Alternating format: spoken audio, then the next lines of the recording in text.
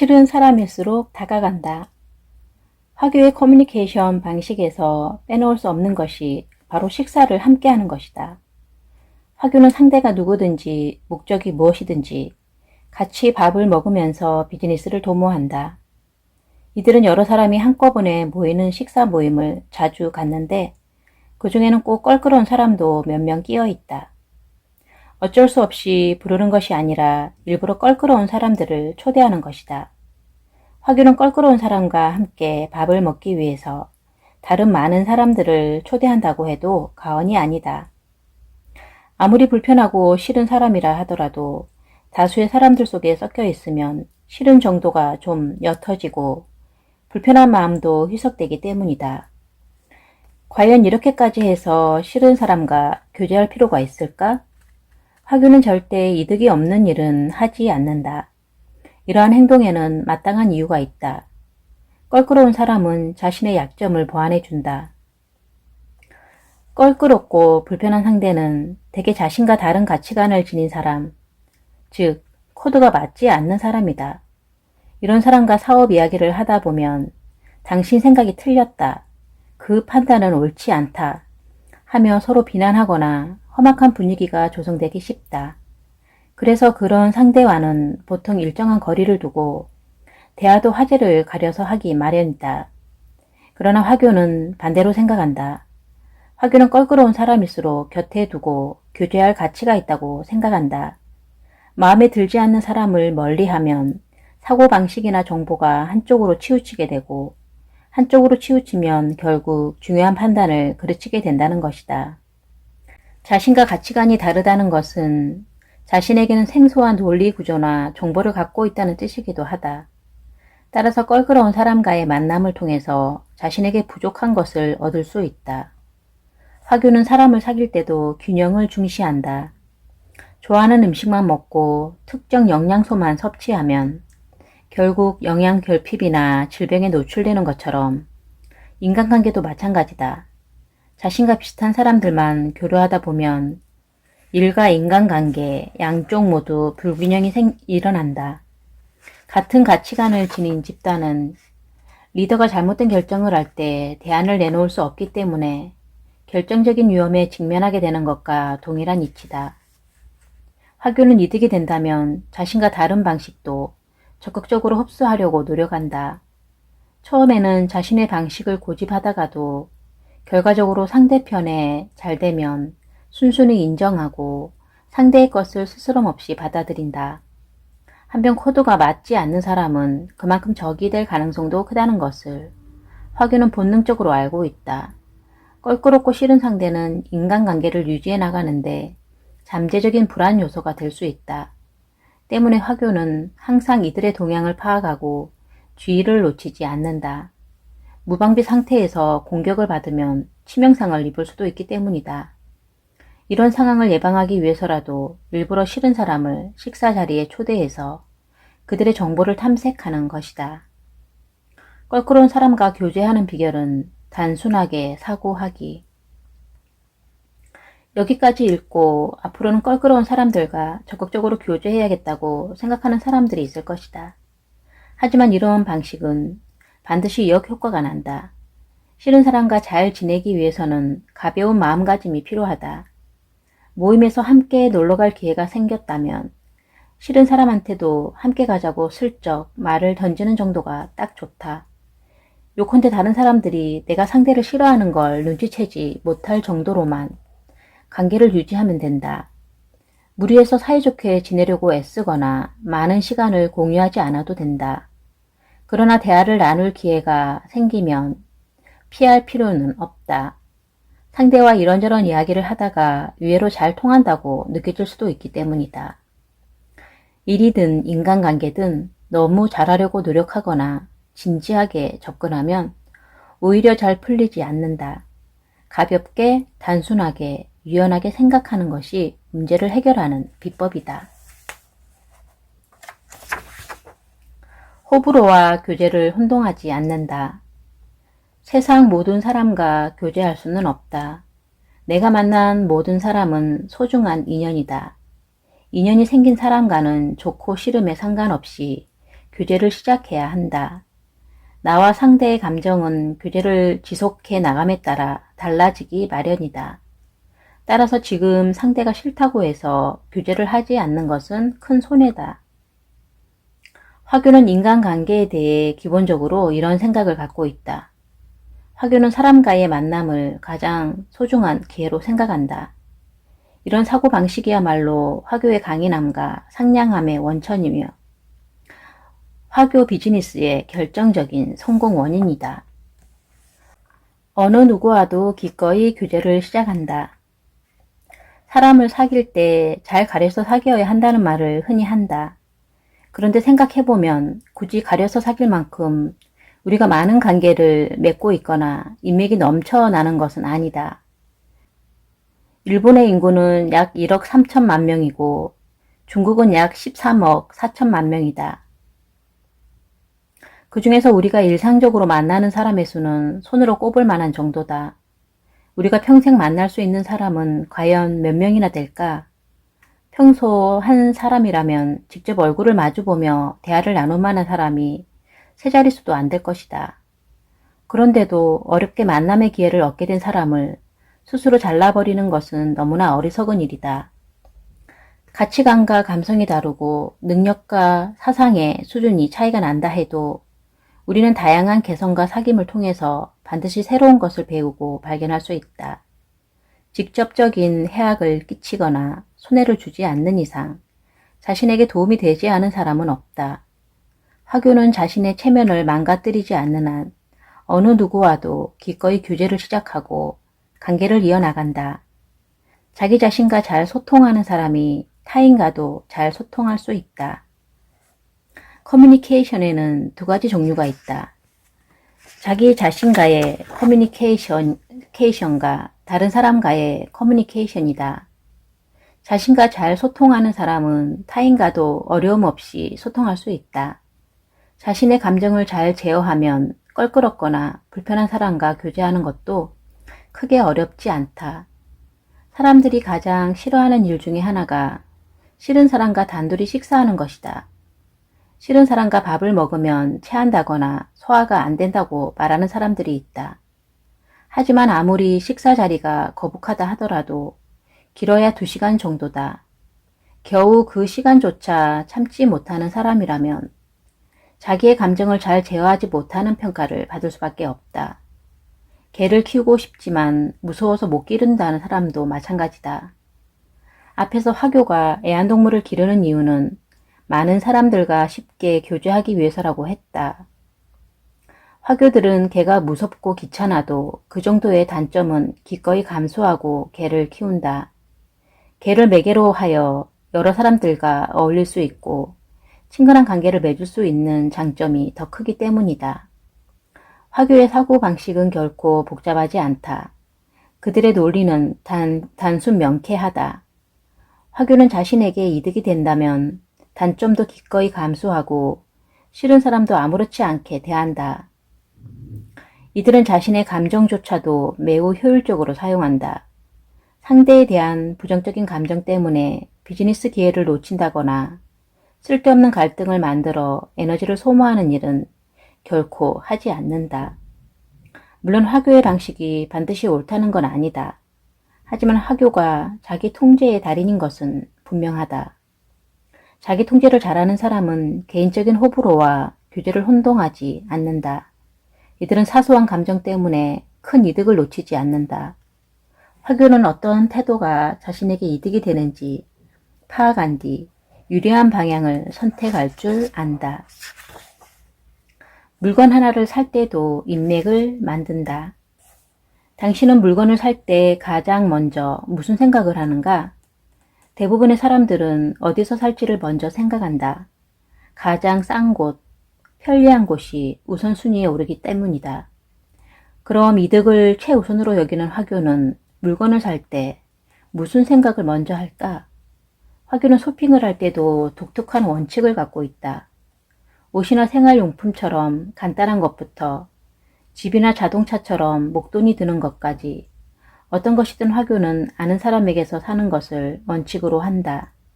필요한 상품을 취급하는 지인이 없으면 지인의 지인을 소개받아서라도 반드시 아는 사람을 통해 구매한다. 철저하게 인맥을 통해서 물건을 사는 것이다.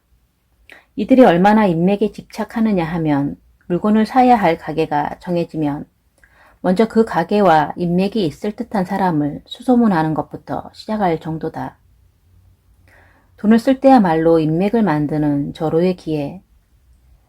매사 효율성을 중시하는 화교들이 물건 하나를 살 때도 이렇게 번거로운 방식을 취하는 이유는 무엇일까? 화교에게 쇼핑은 단순히 물건을 사는 것이 아니라 커뮤니케이션의 중요한 기회이기 때문이다. 지인의 소개로 찾아왔다고 말하면 일단 소개한 사람의 체면을 세워줄 수 있다. 또한 가게의 주인과도 쉽게 우호적인 관계를 만들 수 있다. 화교는 이런 방식으로 지인의 지인들과도 점점 새로운 인맥을 형성해 나간다. 화교는 어차피 돈을 써야 한다면 그 과정에서 새로운 인맥을 만들도록 노력하는 것이 당연하다고 생각한다. 최근 나는 스마트폰을 교체할 때 지인이 일하는 통신사로 이동했다. 업무용 양복이나 가방 등도 반드시 아는 사람의 가게에서 구입한다. 물론 지인이라고 해서 특별히 싸게 해주는 것도 아니고 내가 큰 이득을 보는 것도 아니다. 가격만 놓고 본다면 여러 인터넷 사이트에서 가격을 비교한 뒤 인터넷으로 사는 편이 훨씬 이득이다. 사실 대부분의 사람들이 이런 방식으로 물건을 구입하고 있다. 하지만 이때는 얼굴을 마주한 소통이 일어나지 않고 새로운 비즈니스 기회로 연결될 새로운 인맥도 만들 수 없다. 단순히 물건을 살 때도 어떤 것에 초점을 맞추느냐에 따라서 더 큰 가치를 얻을 수 있다. 화교는 물건을 조금 더 싸게 샀다고 기뻐서 자랑하는 것은 비즈니스 하수들이나 하는 행동이라고 생각한다. 평생 싼 물건만 찾아다니는 사람은 평생 사소한 관계밖에 만들지 못하는 것이다. 돈을 쓸 때야말로 인맥 만들기에 가장 유리한 기회다. 어차피 돈을 써야 한다면 좀 더 지속적이고 중요한 관계를 만들 수 있는 비즈니스 파트너를 찾아보는 것이 현명하다. 화교 집단의 보스와 그의 인적 네트워크에 속한 자생가들은 결코 돈을 묵혀두지 않는다. 돈이 많은 사람일수록 적극적으로 투자해서 돈을 계속 불려나간다. 때문에 화교 사회의 일원이 되면 비록 자산은 무일 뿐이라도 그들에게 투자를 받아 사업을 시작할 수 있다. 그래서 화교 보스 곁에는 맨몸으로 조국을 떠나온 사업가 지망생이나 이따금 나처럼 무모한 일본인들이 끊임없이 모여든다. 그렇다고 화교 사회가 원하는 사람을 다 받아줄 만큼 호락호락한 세계는 아니다. 좋은 아이디어만 있다고 손쉽게 투자를 받고 사업을 시작할 수 있는 꿈같은 일은 일어나지 않는다. 화교 사회의 관문을 통과하기 위해서는 보스에게 인정을 받아야 한다. 그 조건은 본인의 능력과 성공하고자 하는 의지, 진정성 등이다. 새로운 사람을 받아들여 자기 무리를 늘리는 것은 화교 보스의 중요한 미션이기도 하다. 이 미션의 목적은 두 가지다. 첫째, 자기 무리에게 투자해서 더 큰 이득을 창출하는 것이다. 둘째, 자신의 세력을 확대함으로써 보스로서의 체면을 유지하는 것이다. 즉, 화교에게 사제 관계는 일종의 수요와 공급의 관계인 셈이다. 보스로부터 자금을 투자받아 사업을 시작한 제자는 보스 덕분에 지금의 자신이 있다라고 주위에 선전해서 보스의 체면을 세우고 사업에서 이익이 생기면 마땅히 그 이익을 보스에게 환원해야 한다. 게다가 명절은 물론이고 시시때때로 선물을 마련해서 보스를 찾아가야 한다.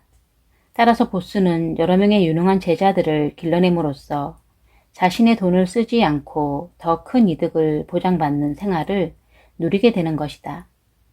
이러한 화교 사회의 주고받기 방식은 수요와 공급의 합치, 그리고 계속적인 소통을 전제로 한 등가 교환 방식으로 볼 수 있다. 돈을 쓰지 않고도 원하는 물건을 손에 넣을 수 있다. 우리는 흔히 갖고 싶은 물건을 손에 넣는 수단이 돈밖에 없다고 생각한다. 당장 돈이 없으면 저축하여 모으려고 하거나 아예 포기한다. 그러나 돈은 단지 물물 교환의 편의를 위해 생겨났을 뿐이다. 물품이나 서비스의 대가로 돈을 지불해야 한다는 규칙이 절대적인 것은 아니다. 물론 현대사회는 화폐 경제가 기본이지만 기업이나 상점이라고 해서 반드시 판매 대금을 돈으로만 받는 것은 아니다. 이 점을 이해하면 돈이 없어도 원하는 것을 얻을 수 있다. 나는 종종 물물 교환 방식으로 원하는 물건을 손에 넣었다. 대학 시절 어느 날 나는 데님숍에서 무척 마음에 드는 빈티지 진을 발견했다. 그 청바지는 80만 원이나 하는 고가품이어서 당신의 주머니 사정으로는 구입할 수 없었다. 그래서 주인에게 이렇게 부탁했다. 이 청바지가 무척 마음에 들어서 정말 갖고 싶은데 지금 용돈이 여유가 없어요. 제가 갖고 있는 브랜드 진 3벌과 교환해 주실 수 있을까요? 당신이 주인이라면 어떻게 반응했을 것 같은가? 결과는 해피엔딩이었다. 물론 물물 교환이 간단히 이루어지진 않았다. 처음에는 보기 좋게 거절당했다. 하지만 나는 포기하지 않고 내 브랜드 진 3벌을 가져와 직접 보여주고 그만한 가치가 있다는 걸 설명했다. 그렇게 몇 차례 협상한 끝에 결국 나는 원하는 빈티지 진을 손에 넣을 수 있었다. 만일 빈티지 진을 사고 싶은 목적이 중요한 첫 데이트 때문이라면 어떨까? 그렇다면 굳이 살 필요 없이 그날만 멋지게 차려입으면 된다. 그럼 다음과 같이 협상을 시도해 볼 수 있다. 이 청바지를 4만 원에 하루만 빌려줄 수 있을까요? 제 연락처를 알려드리고 혹시 흠집이 발견되면 마땅히 변상하겠습니다. 소통 없이 성공 없다. 당신이라면 어떻게 하겠는가? 굳이 그렇게까지 할 바에야 차곡차곡 돈을 모아서 사겠다고 생각하는가? 물론 소통이나 협상은 번거롭고 까다로운 일이다. 하지만 화교는 이런 번거로운 일을 서슴지 않고 꼭 해낸다. 그럴수록 점차 소통 능력과 협상력, 설득력도 상승한다. 이런 능력이 있기 때문에 자신은 물푼이라도 돈 많은 자산가로부터 투자받아 사업을 시작할 수 있고 자신도 부자가 될 수 있는 것이다. 이 장은 어떻게 돈을 벌 것인가를 주제로 다루지만 인간관계와 시간관리 등 모든 성공 법칙에서 빼놓을 수 없는 것이 바로 소통 기술이다. 단 한 번이라도 좋으니 물물 교환으로 돈을 쓰지 않고 원하는 물건을 손에 넣는 경험을 해보라. 당신의 세계관을 완전히 바꿀 수 있는 계기가 될 것이다. 거두어 들이는 돈과 주는 돈이 따로 있다. 화교 부자들은 자기 무리에게는 놀랄 만큼 적극적으로 투자한다. 자신이 믿는 사람에게는 상대가 제안한 금액보다 수백 배 큰 액수로 아무렇지 않게 투자하는 것이 화교 부자들이다. 하지만 이때도 원칙이 있다. 화교는 같은 무리라 해도 수익 계산만큼은 칼같이 한다. 내가 의료기기 제조회사를 시작하려고 투자자들을 모을 때 일이다. 나는 화교 스승의 인맥을 이용해 여러 명의 화교 부자들에게 투자 제안을 했다. 화교 스승과의 신뢰 덕분에 대부분의 이들이 그 자리에서 즉시 투자하겠다고 수락했고 나는 쉽게 투자금을 확보할 수 있었다. 하지만 이후 수익 배분 내용을 확정하기 위해서는 무척 오랜 시간 까다로운 과정을 거쳐야 했다. 화교 부자들은 다양한 방식으로 수익을 요구했다. 어떤 사람은 투자 경영 비자를 만들어 달라고 요구했고 어떤 이는 매출에 대한 일정 수익을 요구했으며 또 어떤 이는 자신이 직접 경영에 참여할 것을 조건으로 내세웠다. 그 중에는 10년간 어떤 수익도 받지 않을 테니 10년 뒤에 무엇을 주겠느냐며 나를 시험하는 이도 있었다. 여러 차례 말했지만 화교의 비즈니스에는 정해진 룰이 없다. 수익 배분도 마찬가지여서 각자 요구하는 바가 제각각이다. 하지만 두 가지 공통점이 있다. 첫째, 투자 목적은 단 하나, 수익을 얻기 위해서라는 것. 둘째, 수익 배분 방식은 자신에게 가장 유리한 방식이어야 한다는 것이다. 화교는 비즈니스를 할 때 모든 방식과 가능성을 열어두고 자신에게 가장 유리한 것을 선택한다. 그리고 상대에게 그것에 따를 것을 요구한다.